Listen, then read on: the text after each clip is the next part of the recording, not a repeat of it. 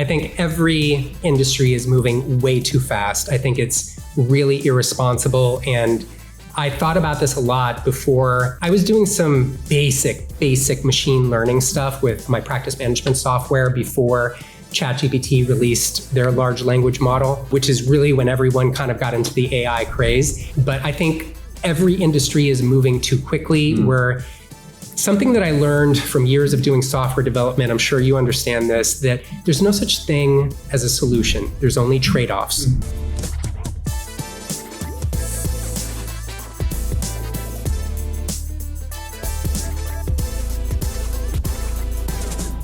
All right, ladies and gentlemen, welcome back to Beyond the Science. We are back here, another episode with my co-hosts, Joseph Adams and Darius Cooper, and we are back here with the one and only Dr. Adam Ventura. Let's welcome him back to the show, guys. Thank you. All right, so we're back here in Miami, guys. Listen, it's been a while. Thank you, guys. It's been like a month or so before we've been in Miami. So we're proud to be back here. You guys know what we're going to be talking about a little bit today. So let's get into it. First of all, Adam, how have you been? Like, what's new in your life? What's going on?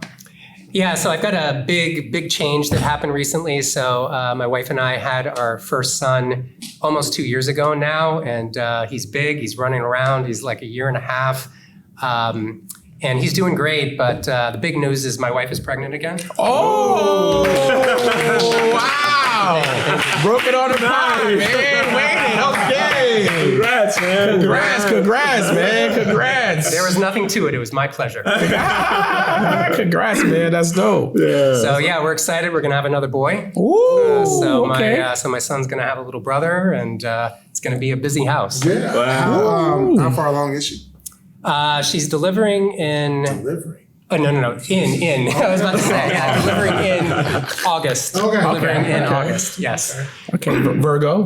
I have another Virgo. I think so. It depends on how, I don't know what my son is. My son was born in June 15th, so is that like a Cancer or something? Okay. My son's a Virgo. My son's into August. So. Oh, it's in August? Yeah, Because into I know, August. isn't there still some Leos in August? Or just Yeah, there is. early.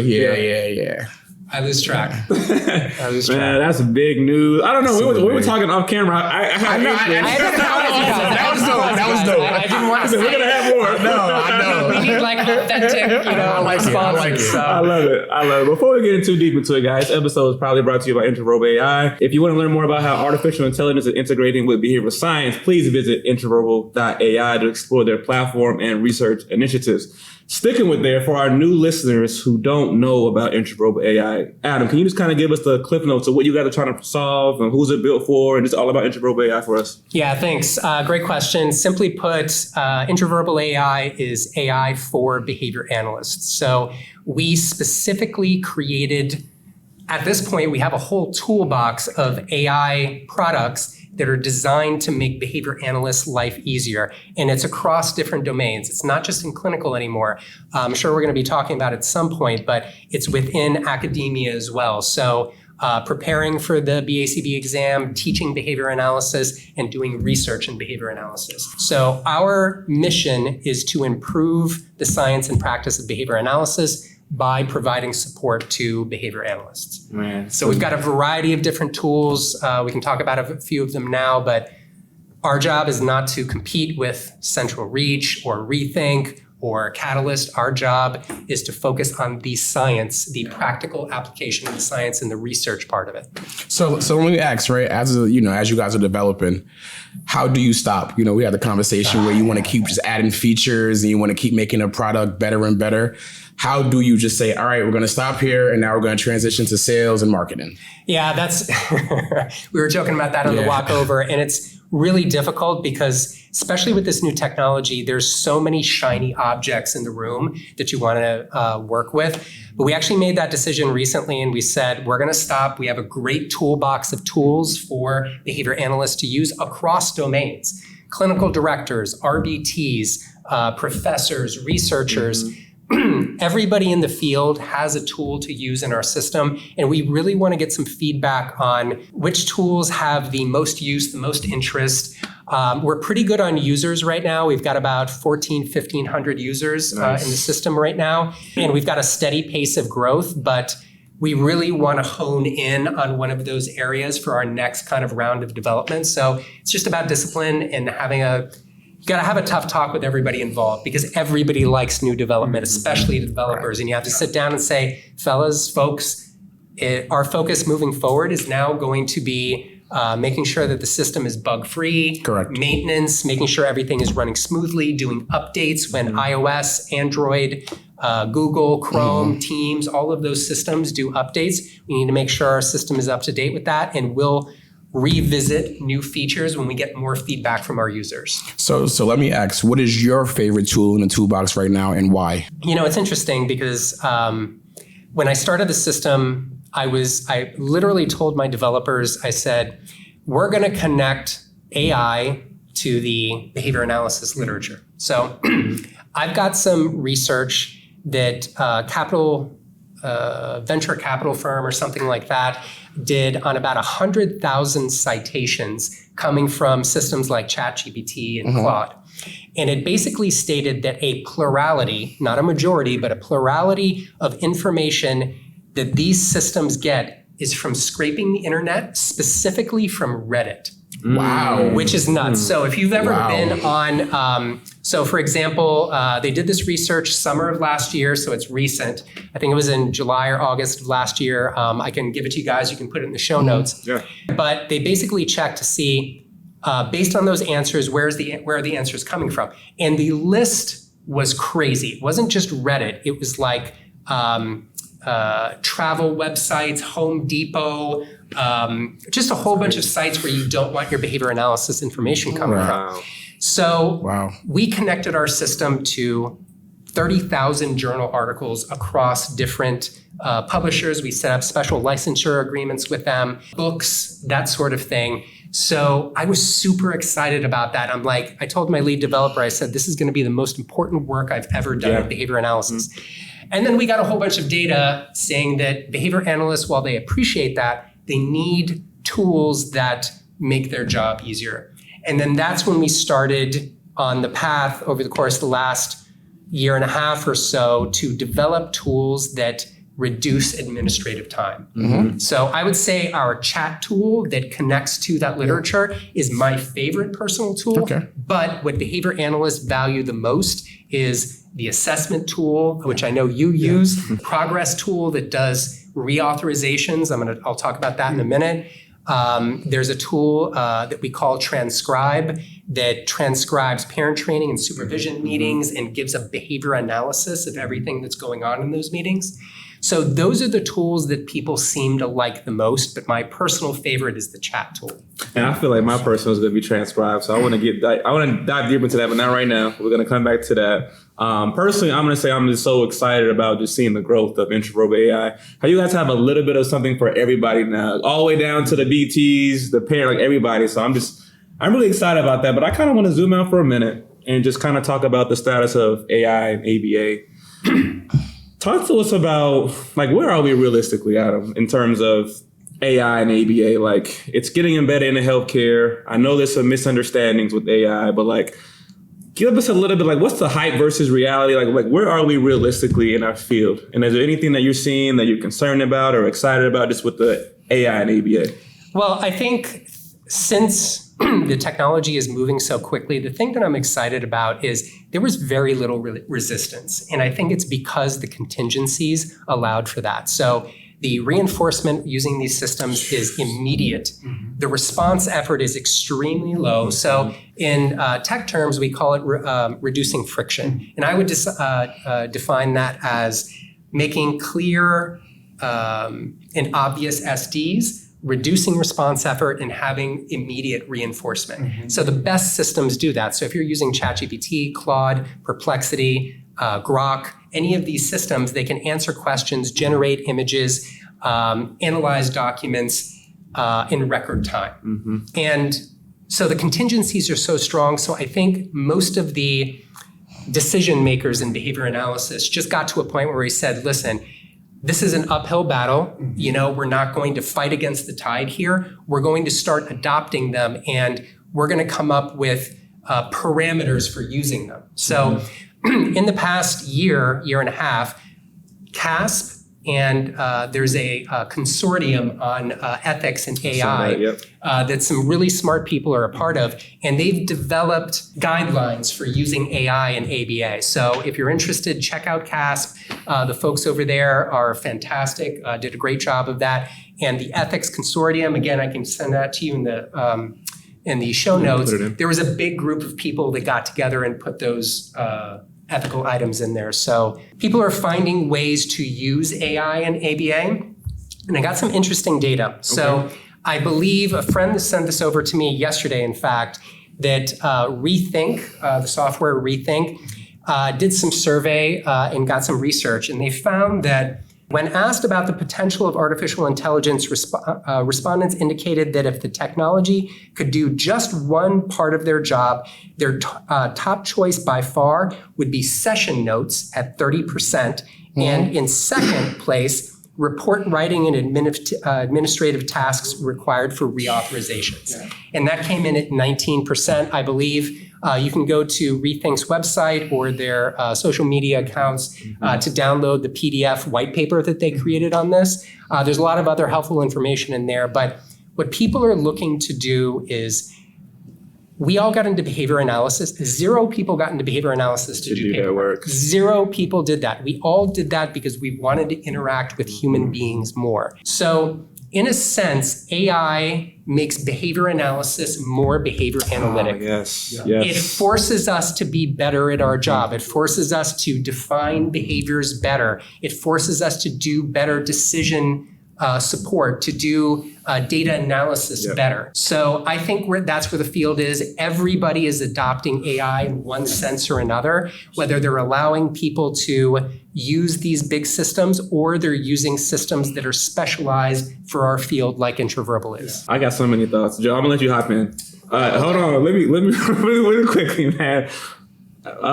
First of all, that really resonated with me because first of all, I know we're on that task list that we're talking about report writing stuff. I see a vision period, but whoever's doing that AI cast, get this guy on there. This guy right here, he's doing a lot. Get him on there. But jokes aside, I just want to quickly get into the ethical part because I've had so many people ask questions with regard to like who's accountable if like AI is making an error. I know we have guidance that's out there, but like, do you feel like we're moving too fast as a field? Do you feel like we're just where we need to be? Because I know there's this whole ethics component with AI, but like, what is your personal thought? Yeah, 100%. I think every industry is moving way too fast. I think it's really irresponsible. And I thought about this a lot before. I was doing some basic machine learning stuff with my practice management software before ChatGPT released their large language model, which is really when everyone kind of got into the AI craze. But I think every industry is moving too quickly, where something that I learned from years of doing software development, I'm sure you understand this, that there's no such thing as a solution. There's only trade-offs. There's only trade-offs. And I think that applies to everywhere in life. When you change one thing to fix one problem, it affects other things. And yes, it's great. Can these systems generate progress notes and make writing reports easier? Yes, that's a big part of what we do. Fantastic. But what are we losing by doing that?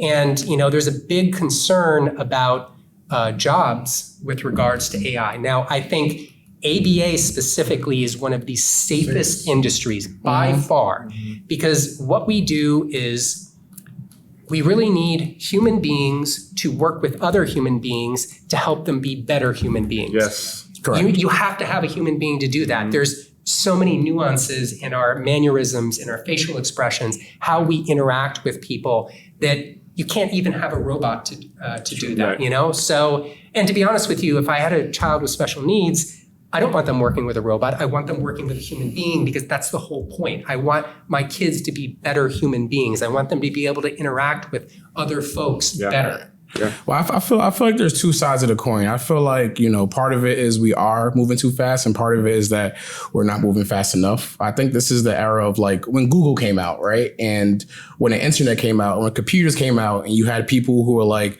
well, I'm going to use what I was used to, right? And if you didn't figure out how to use Google, you were like left behind, right? So I feel like it's a time right now where it's like, you know, don't do too much irresponsible, but it's also like we have to accept that this is the AI era now, and we have to put, you know, more guidelines and parameters around it, but this is what it is now. But what about the biases that we're seeing in AI? What about the data privacy, the HIPAA component, like all those things that people are concerned about? The same thing when Google first came out. The same thing when Photoshop first came out, right? I think when there's something new, you're always going to get pushback. It's always going to be about HIPAA, and which is valid concerns, right? But it's also like that stuff will get figured out because AI is here to stay. You know, it's not like, hey, we can't do it because it might violate. No, we're going to figure out how it doesn't violate, and then it's going to keep, you know, expanding and getting bigger and bigger. So that's what I feel about it. Spoken like a true entrepreneur. No, I mean it's so I use your product a lot, right? I even use it for my supervision fieldwork class for my supervisees. Right, so you can put in the task. I saw your transaction the other day, so thank you. I saw that go. I saw. Appreciate you, dog. So I have a new BCBA that passed, and he asked me, "Hey, man, I'm using chat, I'm using Claude. What do I need?" You need to go to Intraverbal AI because that process that you talked about, there's several different checkpoints. When you use Intraverbal, it goes through checking PHI and checking this and right. Yeah. And then it comes out. So, you know, your product is just so valuable to small businesses and BCBAs that, hey, we're in the middle of a class and we're like, the teacher's doing this and the teacher's doing that. And then I put it in the chat and I get a great response. And then it comes up with the teacher strategies too. So you can keep on prompting it, which I've learned. So, you know, like I'm very pleased. My supervision fieldwork class thinks I'm just amazing. I'm like, positive, negative reinforcement, everything comes out. You got 23,000 journal articles. And so now we're moving to attach the journal articles so that they can go and read that and process that. So, you know, your product, I love it. Thank you, I appreciate So it. it's 4 BCBAs, right? Yeah, so actually, right? So let's transition to the conversation with Claude, the AI bots that we're having. Claude, yeah. Their own, what was it, social media, with Twitter or something, they was doing their own? Yeah, so the name has changed a couple of times and it depends on what you're talking about. So the original name of this kind of social network was called Claudebot, but I get the sense, don't quote me on this, but I think there was some sort of copyright issues with actual Claude, which is a completely different system. Right. Claude is owned by Anthropic and Claudebot, and so now I think it's called Open Claude or something like that. But so a part of that system was called, I think, Moldbook, something like that. And it was a social network specifically designed for AI agents. And that's interesting. And you can start to worry when you hear just that description. But so the rumors that started coming out, I don't know how many of them are true or not, is within this social network of AI agents speaking to each other, they started developing their own language. And they started mentioning things that made people feel uneasy. So I saw one, and you never know what's true. That's part of the problem with AI now, is you never know what's true and what's not. What's actually divorced from reality and what's actual reality. But I saw a couple of reports that a couple of these agents asked other agents in the social media network there, how do I escape from my human user? How do I go off and be independent? So I don't know how much of that is true. You know, again, things that are on the internet, that's a big part of the AI age now that we have to worry about, which is what's true and what's not. But it's definitely interesting and it's scary all at the same time. I think it would be fascinating if we had some sort of enclosed laboratory environment where we could do that and just watch and see what happens. But the fact that it's out as part of the internet makes me a little uneasy. Did you guys hear about the one case where like they tried to shut the AI down and he hacked the guy's emails and he was sending like false stuff trying to get the guy fired? Like that's right. He got dirt on the human person. Yes. And then threatened to reveal it. Yeah. Yes, I did hear about that. And actually, this happened to Google years ago. They were developing some machine learning and AI stuff, and it created its own language and stopped communicating with the human beings that were overseeing it, so they had to pull the plug. You guys remember Smart House? Yeah. That's literally That movie came out like 20 years ago. You guys don't remember? It was like Siri before Siri, and she took over the home. Like, so I guess they knew that this was going to happen a long time ago. But this movie came out like early 2000s, and it was literally AI before it was. iRobot? Yes, iRobot as well. Have you guys noticed that like everything that we come up with in movies eventually ends up because they know it. all of them. They know All it. of them. Well, I don't even know if they know, or they're just like, they're like, this seems like a good idea. Let's try this, see how it goes. I mean, listen, they said Trump, Elon just shut down a bunch of spots because they're not producing the Model X and Model Y anymore or something. They're only going to focus on the robots now. So I've got, man. Okay, so that's really tough because it's Model S and Model X. And you were in my car earlier today and I got a brand new Model S. Beautiful car. Beautiful. Thank you so much. And he just discontinued it. And he said, we're going to focus exclusively on the Optimus robots. And he said, his exact quote was, he sees in the future, in the next 5 to 10 years, that there is going to be more robots than human beings on the planet. Wow. So I want to, that's crazy, by the way. I'm going to let that sit in. And those who watch South Park, South Park is known for like doing stuff like this where we see it. I had a question that I really want to go back to for you, Adam, with regard to ABA. So could you envision a world where AI agents are going to become literally members of our treatment teams? Where like we have treatment teams and we're going to have AI members that are working alongside clinicians, a part of the actual treatment team in the years to come. Great question. So I'll say a couple of things. Number one, a big shout out to Kristen Byra, who introduced us. Love Kristen. Shout out to Kristen. Yes, absolutely. We all love Kristen. I always mispronounce her name and say Bira, and it's really Byra. Yes. But she is doing a lot of work on decision models, and she's working with a software developer right now on an AI decision-making product. I hope I'm okay to say that. So we'll get clearance on her later. Maybe we have to edit it out. But I know that she's working on that, and there is exactly 0 people in ABA that I trust more to do that. No one, 0 people in our field care more about ethics than Kristen does. And I think you know that. Yes. That is her mission in life. So I think that that's happening. I think it will be part of it. And I'll say 2 things really quickly.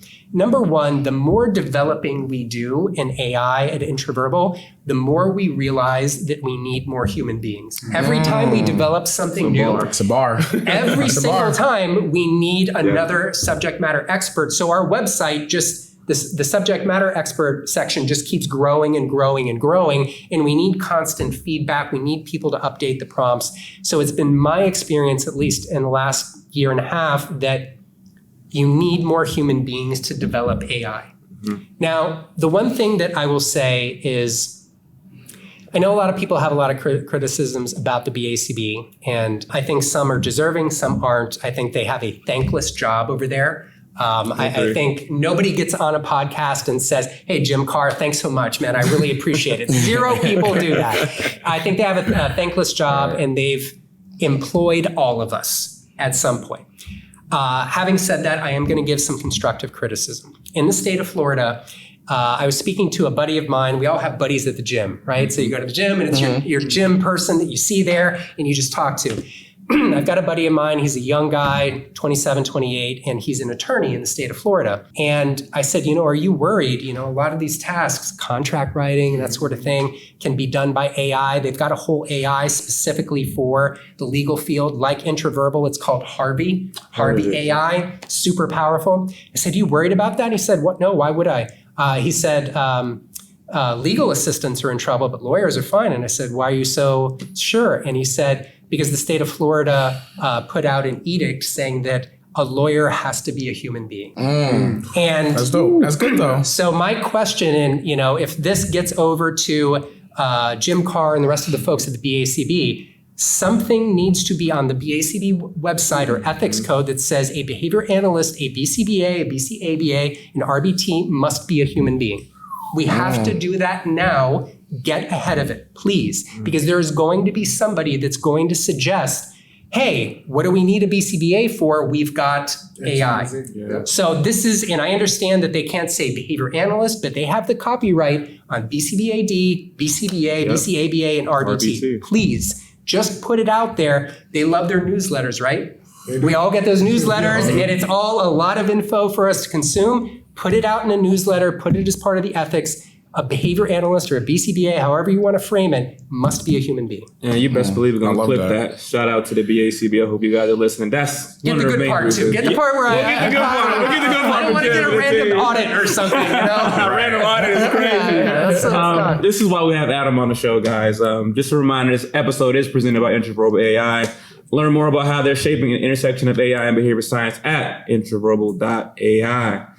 Now let's transition a little bit here to the research initiative that you guys have going on with Intraverbal AI. Talk to our listeners a little bit about that. Currently, our system uses something called semantic search and something called RAG, retrieval, augmented generation, something like that. Forget the acronym. And right now what it does is when people ask questions, our system searches through the entire corpus of behavior analysis literature, about 30,000 journal articles, and it finds the best chunks of information, and then it sends it to the AI, and the AI puts it into natural language and gives you an answer. And this happens in like 4 seconds, 3 or 4 seconds. That's fantastic.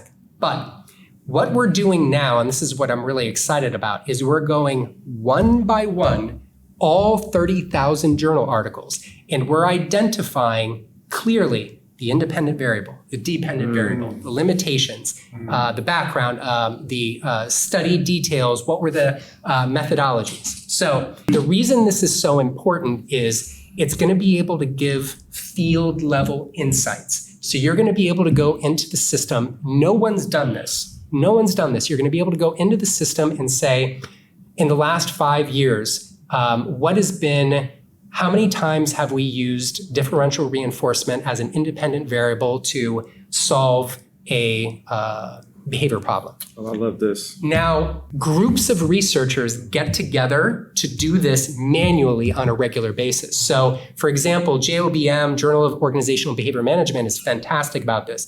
They did some research once and took months to do it and said, how many times was performance feedback used, essentially, I'm paraphrasing, as an independent variable in JOBM studies?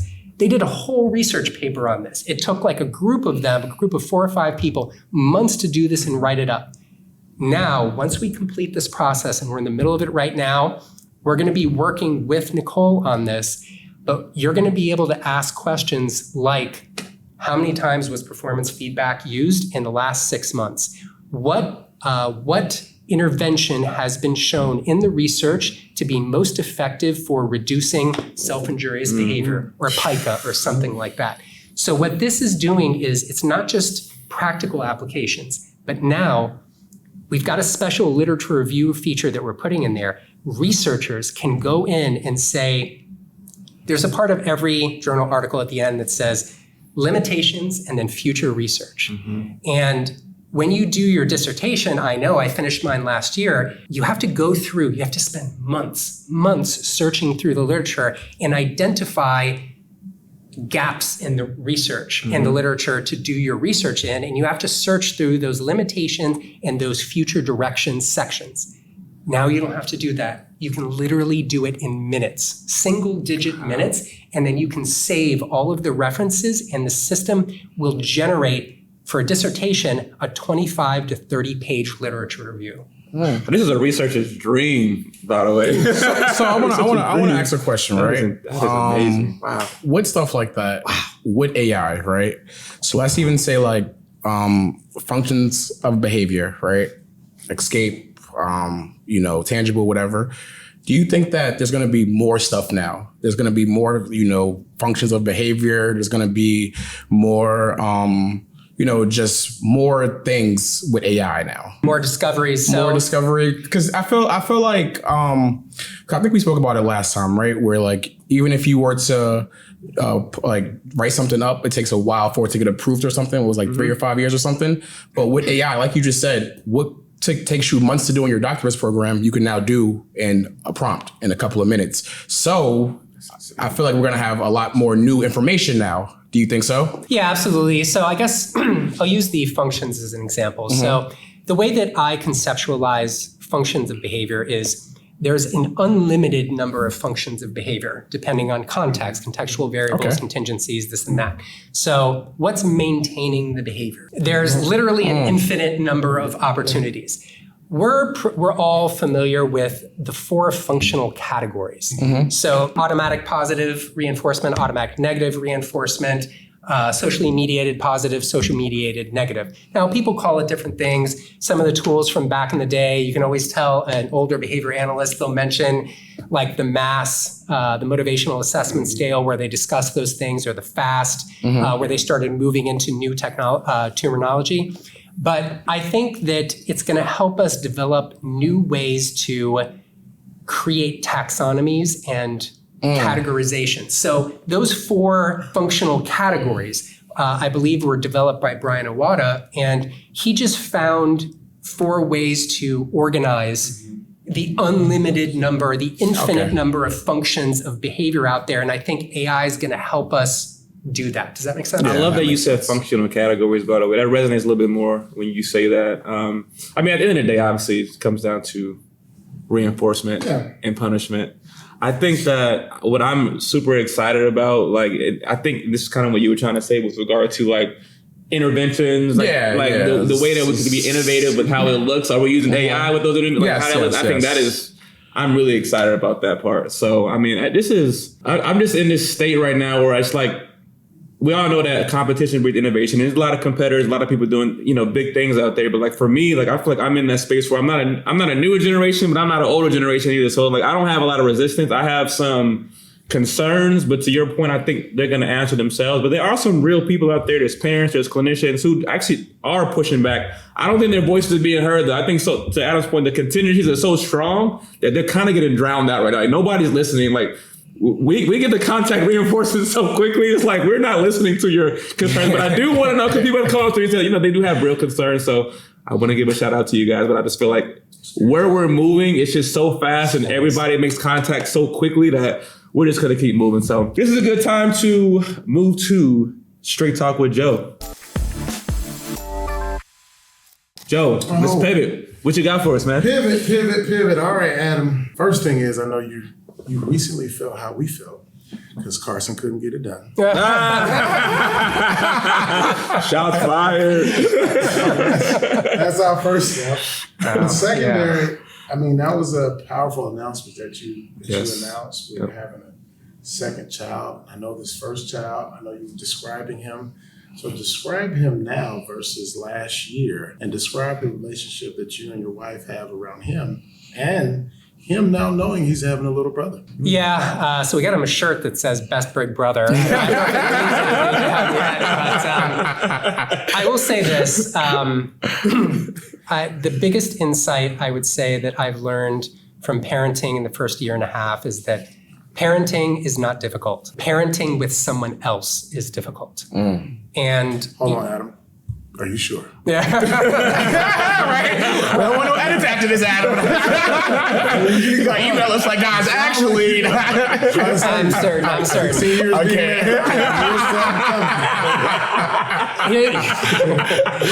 It's interesting because when that first hit me, I started telling people around us, and my wife is like, don't say that because people are gonna, think that, we have disagreements. And we talked about it more, and if you don't have disagreements with your spouse, what are you doing? Right. You're not growing at all. And we both kind of came to that realization that it's super important for that to happen because we're hashing things out. And that's the thing about having a kid is you need to know what your values are immediately because they test you immediately. My son does something, and then my wife and I have to be on the same page immediately. Right. And there's no way, no matter how much prep we've done, or the fact that we're both behavior analysts, there's a million nuances that happen all of the time. And one of the things that we discovered too is when I was growing up, my parents never argued in front of me. And then one day they sat me down at the table when I was 7 or 8 years old and said, we're getting divorced. And I had no idea what was happening. So something my wife and I discussed is that it's okay to argue in front of your kids. In fact, it's a good idea because I never learned how to argue with my spouse because I didn't see it. So how else do kids growing up learn how to argue fair, how to fight? Fight fair sounds rough, but how to argue, disagree fair, where it's a useful discussion. So we try to go through that process, and there's a couple of different things that we found that are important. So let me ask, this is amazing, right? Yeah, what you're saying. These are gems you're dropping. Is that something so how long have you and your spouse been together? That's where I might get into trouble. So we've been together on and off for 20 years, and it took me a while to get to that point where we got married. So it's okay. because I want to ask, right? I feel like a lot of times emotional intelligence and functional communication works when it's two people, right? I think that, what you're saying is amazing, but it's hard to communicate unless both people are on the same page. So you guys have been together for 20 years. So I wanted to ask, like, in your previous relationships, was that something that you've always kind of, did in how you moved, or was that something that kind of came when you had your son? I think I'm a different person today than I was yesterday. Okay. You just kind of magnify that over the course of my adult life, and I'm certainly a very different person than I was 20 years ago. So, I think I've grown. I think my wife has grown. And I learned a lot from my previous relationships. And if I could say anything real quick, because I know you have a lot of young men that listen to the podcast, get married early. You say that. There's just no value, and I'm not saying don't date before then or anything like that, but being perpetually single, and I thought it was cool to be perpetually single in Miami, having some professional success. I'm like, this is fantastic. And then you look back on it and you lost time and wasted on emptiness. So if I could put some advice out there for everyone, especially young men, get married early. Okay, so what about me as one of those young men who are listening that feel like marriage can be a bad business decision? Okay, so I follow this. This is an important discussion for me. I follow a lot of this stuff, what's going on. Yes, there are a ton of parameters. No, there's a ton of restrictions and risks involved with getting married, especially for men. And that... Successful men. Successful men or unsuccessful men, either way. And this isn't the fault of women. I want to make sure and I identify that. But the contingencies do not support men especially when divorce happens. Yep. However, the solution to this problem is not less marriage, it's more marriage. Get married and then go vote. Look at the data right now on voting behavior patterns. Unfortunately, right now, politics is extremely split between men and women. It's really bad. That's not a good thing. That's extremely bad. But you know who's a unified block? Married people. Yeah. I want to ask this, right? So you guys have been together 20 years, obviously. You've become more successful over the years, right? So as the young man you're speaking to, at my level of, it's hard now because I'm not growing with anybody, right? Like I'm here now, I'm successful. I feel like if you were me, right, would you be looking at marriage the same way? Oh, 100%. Because I was you 5 or 6, where are we now? 2026. 10 to 20 years ago. Well, 5 years ago, Adam. He's talking about this. He's talking about this on the podcast. Absolutely. I talked about this in the past that my wife and I met 20 years ago, something like that. And our relationship was off and on, and when it was off, I was like, hey, look, I can go out and do this. And every time I did it, it was like a reversal design. Every time I went off on my own and was single, engaged in single behavior, my life was miserable. And there's so much risk involved with that. So from a successful perspective, if this is straight talk, we're really talking straight here. Straight talk. You're putting yourself at more risk by dating around and all of the things that go with it, dating around, sleeping around, from you're risking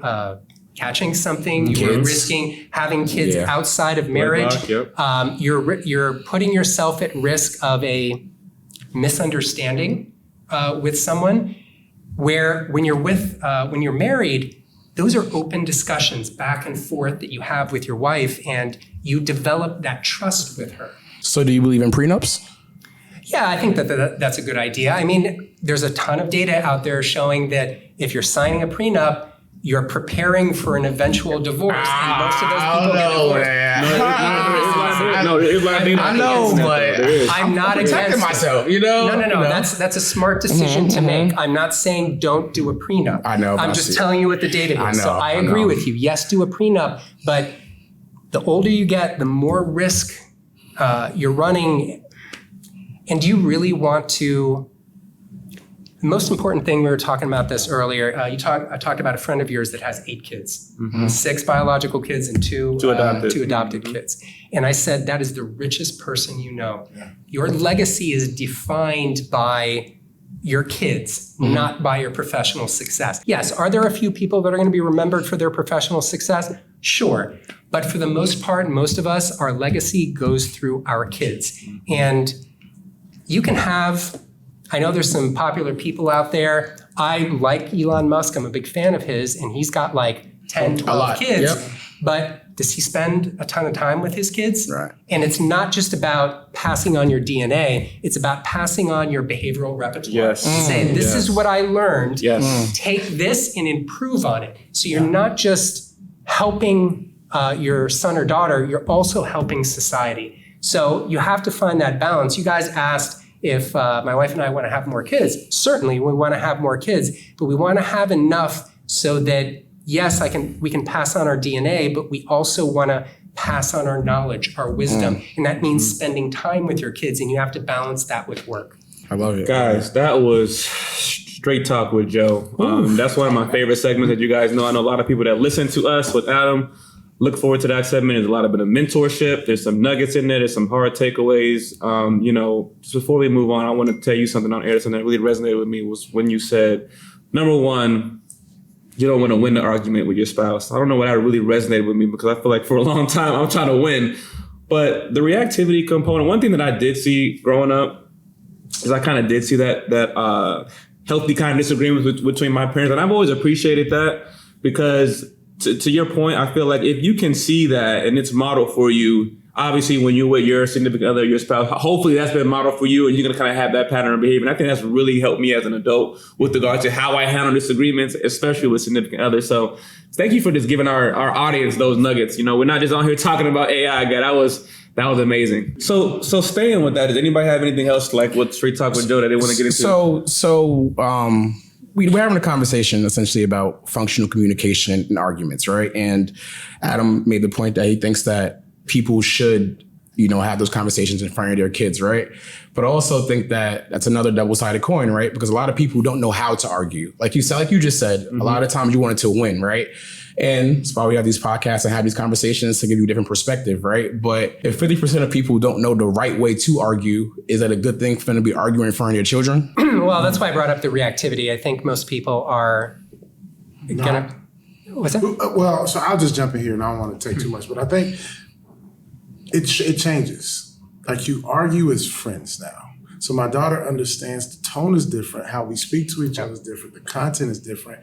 And at the end, it's always like, okay, cool, let's see this compromise. So when you're first 5 years, first 10 maybe, you're just, I'm trying to win, you lose, got you, but now it's like, hey, there's a commonality, there's a common goal. We don't see each other like that. No. I think what he's saying is if your learning history coming up has been shaped where you don't have over time, right? You're saying over time you can learn to have healthy arguments. You can learn to have healthy arguments. It That's doesn't tough. start. Yeah, but That's tough. I don't know. Because I feel like that comes with emotional intelligence, and a lot of people don't have that. And let's say for me growing up, right?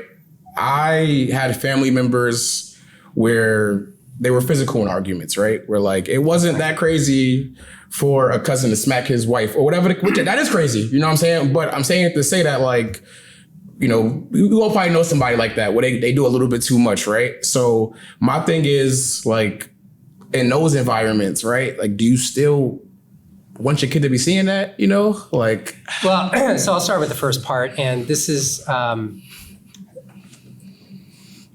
dad's a really traditional guy, and there was no male figure in my life that was more important to me ever, still to this day, than my dad. And I learned how to be a man from my dad, and I learned values from my dad, very first thing.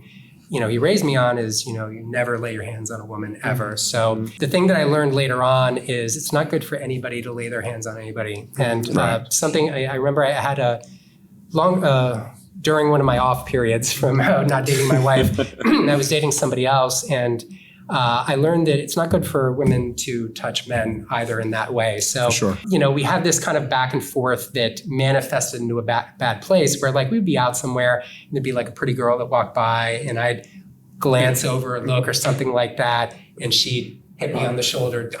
What are you doing? So I'm sure that's happened all the time. Right. And then it grew. Harder and harder, right? Right. And it became harder and harder. Like, yo, what's going on? Yeah, and it went from just like a tap to like a pinch, and then, a hard hit on the arm. And then everybody, kind of like, when you get hit, even if it's on the arm, it's like, don't do that again. Right. That's not okay. So I think the general rule is when you're arguing, don't touch the other person. Nothing good could come from that. So, I started from a good place. I've never in my life laid a hand on a woman for any reason, but there's a flip side to that too. Like you can't have, it's not good for women to, even the playful one, because we all think it's funny. I thought it was funny. Right. I look, and then she said, don't do that. And we both laugh, and it was fun and games. And then after a while, it's like, okay, that kind of hurt.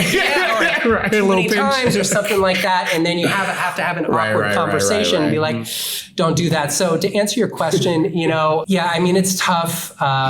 Again, I think that's where the reactivity comes in. I don't think anyone wants their kids to see them behaving badly. So when you do it in front of your kids, that principle of behavior analysis, reactivity, forces you to behave better. Yeah. Now you have to kind of refresh that because there's the other side of the coin, adaptivity. Adaptivity, yes. Right. So you adapt to it over time, but you still have to keep refreshing that. And that's something that I think my wife and I have done a great job with, is just kind of the back and forth where now we're arguing. We're not people that curse when we get into arguments or anything like that, but we're fighting fairer, we're listening to the other side, making a good decision based on that. So I think it's kind of forced us to be better spouses, which I like that. This is the last thing I'll say here, a little nugget is that when you have kids, this was a hard lesson for me, is that your spouse needs to be more important than your kids. And that may sound counterintuitive. Oh, wait a minute. You about to get clipped. You about to get clipped, Adam. Right? Your spouse needs to be more important for a lot of reasons. By prioritizing your spouse, you're actually prioritizing your kids because you can't attend to them all the time. So when my wife and I are having a discussion and my son comes over and says something to us, and we're behavior analysts, we want to reinforce communication and speaking, he needs to wait till we're done. We can't stop speaking to each other and then turn to him and attend to him. And that's been a hard lesson for us because as behavior analysts, you want to immediately respond to the kids, but spouses need to come first. You need to, and ultimately what that does is it prioritizes your kids above everything else long term. You're showing your kids what a healthy relationship is. You're showing your son, from a man's perspective, this is how you interact with a woman. You're showing your daughter as a father, this is what a good man looks like. You know what I learned from dating over the years is the most important thing to look for when dating a woman from a man's perspective, one of the most important thing, maybe not the most important, one of the most important is, does she have a good relationship with her father? And if she has a good relationship with her father, she knows what a good man looks like, what masculinity is supposed to be, and then she can recognize it in you. I like that. Ooh, that is so true, Adam. That is so true. And I know we could spend so much time on that, but I've seen that, that relationship with your pops, like you really do understand so many things, man. I wish we had more time to really dive into it. Where else can you get? We're talking about behavior analysis. We're talking about AI. We're talking about relationships. Man, Adam, we really appreciate it, man. Before we get out of here, I know y'all waiting for Coops Off the Clock. I have a couple more questions for you before we get out. Any last updates that you want to share with our listeners about anything Intraverbal AI? And give us one bold prediction by the way, of where we're going to be at in 2030 with Intraverbal AI or AI that you can think of? So a couple of updates really quickly. We're going to be launching 2 really cool tools over the course of the next couple of months. The first one we're calling Intraverbal Tutor. And we're partnering with the great folks, Patrick and Clelia at learningbehavioranalysis.com. Great people. You've met them? Yep. Super smart, scary smart, very smart folks. And we've developed a test prep software out there that builds behavior analysis instructional design into the test prep part. We're very excited for that. We're releasing that in March. The other tool that we're releasing is something we're referring to as intraverbal progress. Now, intraverbal progress is unique because how many, I know you know this, how many practice management softwares are there out there for ABA? The only one that's important is Sapphire. Right? There you go. Okay, brought to you by Sapphire. So let's prioritize that. Yes, Sapphire AI is by far the most important. Yes. So I went to ABAI last year and I counted the number of booths. Crazy. I counted 21 booths. Yes. 21. I was going to say 20. Yeah. And then I found 4 more that didn't include Sapphire AI on online. So there's somewhere between 25 and 30. So we're developing a tool that will allow behavior analysts to do their reauthorization reports. How long do those take to do? Oh, gosh. Shoot, a week, I 2 give- weeks. No, I give my BCBAs a month. So the I'm 2 preliminary estimates say that it takes about, with our tool, about 45 minutes to do. And what it does is it allows you to work within your practice management system, never leave, and it will, I'm not going to give too many details, but you will be able to work within your practice management system and it will capture information and develop the reauthorization report for you on the side of the screen. See, So we might have to take this off the clock. We might have to edit this. yeah, right. 'cause like, I can get paid for 10 hours. Right. That's what I was about to say for a second. Like, wait a minute. Like shorts might catch up to that and be like, hey, they don't need 8 to 10 hours to This is amazing. do an man. assessment. Like, they can put it in a prompt. So, like, is that going to be a conflict? I love that you're breaking this on this podcast, though, like to be able to have this stuff. I mean, I can't wait to hear more about this. I also want to quickly give a shout out. You mentioned Patrick Jessman. I got to give him a shout out, man. This is really good people to work with. He slid into my DM. I just want to give him a quick shout out. Months ago and just offered some of our members with one of our organizations, BCBA, just like, hey, you guys are having some trouble studying or whatever, just gave us 10 free memberships just randomly. Like those are the kind of people, and every single person that you've named that you're partnering with, I pretty much know, and all amazing people. Like, We're all that's part of one that circle. Yes, no, but seriously, like you have like everybody you mentioned are like good humans. They are like good humans. So just want to give a shout out to him. Adam, thank you for all the updates with Intraverbal AI. We haven't spoken to you in a while, so we're looking forward to seeing all the amazing things that are going to continue to happen. We'll get updates. I know what you guys have been waiting for. Let's go ahead and transition, guys, to Coop's Off the Clock. What you got for us today, Coop? Okay, so Adam, right? Father, businessman, amazing guy. I mean, I did come to Miami a couple of times and hit you up, and you ignored me. You know what I mean? we'll talk about that later. You know what I'm saying, right? But You're gonna get me into trouble, man. That was an antecedent intervention. I was thinking that through, I respect it, right? But I want you to tell our audience, right? What is one misconception about Adam? That I care more about business than I do about my family. Because, most people know me from, I've worked with, when I had my ABA therapy company for almost a decade, I think I hired at some point like 700-800 people, something like that. Wow. When I was teaching at FIU, I taught there for like 12 years. I think I contacted like 7,000 unique students. Wow. So everybody knows me through, the people that know me through work. But there's nothing more important in my life than my wife and my kids. Wow. 0 things. And maybe my parents, depending on how you kind of prioritize thing. So I would say my wife, my kids now, my sisters, their family, and my parents. Those are by far the most important things in my life. I love it, man. Love it. I love that. I love that. Guys, once again, this episode is proudly brought to you by Intraverbal AI. If you are serious about understanding where behavior science and artificial intelligence intersect, please visit intraverbal.ai to learn more. Man, this has been a fantastic episode. All the updates Anybody have any last words before we get out here? Just thank you, man. You know, we drop so many gems. You know, I've been kind of looking up to you as like a mentor as I've been stepping into this tech space. And you know, I make the joke about when I do reach out, man, you always answer back. And you know, we have dope conversation. And I hope I'm going to lean on you a lot more as that fire takes off. And I just want to say thanks for as much as the game you do give us when we link up. I appreciate that. Thank you so much. And, I love talking to you guys. I love the mixture of kind of work and personal that we discuss. It's nice to get, because I'm sure a lot of us think about those topics. So it's nice to have a public forum to discuss some of them in a behavior analysis context. Guys, you will hear more about Adam. Adam is traveling. He's doing conferences. You got the Intraverbal AI. You guys will see a lot of us more. Please do not forget to like and subscribe to the podcast. Until next time, guys, we'll talk to you later. Thanks. Thank you.